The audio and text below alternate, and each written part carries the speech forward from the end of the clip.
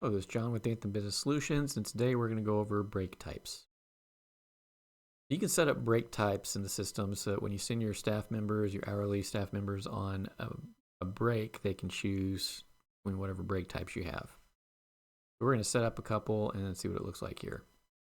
So you're going to go to the admin portal, which is hrpos.heartland.us, and then go to your menu icon here at the top left, and then go to location setup. And then it's going to be down here, break types.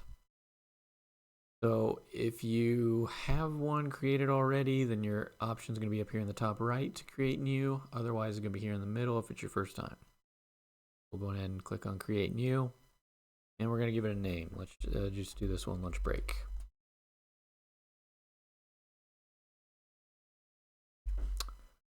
Okay, so we'll do lunch break. And then is this a paid break or not? Or not?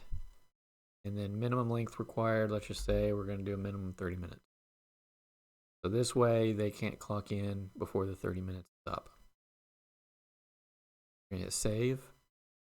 Make sure we get our save successful down here at the bottom, and then close. And we'll go ahead and create another one. Call it like a 15 break.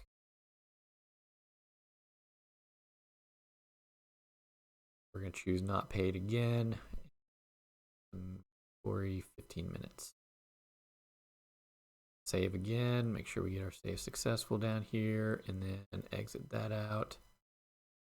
We get 2 published changes. Yes. Our changes sent down here. There we go. Now let's see what that looks like on the workstation. All right, so now we're here on the iPad. Now let's go and sign in as 2. Signed in as Jane Doe. So let's say Jane Doe is ready for break. So we go to the menu up here at the top and we go to clock out, where the break option will be. If you notice here, now we have the option for start break. So if we click on start break and we choose between the 2 breaks, and let's say we're doing the 15-minute break. There, so now it has clocked us out for the break. Now let's say I try to go back in and go to end break. It's actually going to stop us and tell us that we haven't met the minimum requirement of the 15 minutes yet. And shows how long I've actually spent on this break, which is nothing.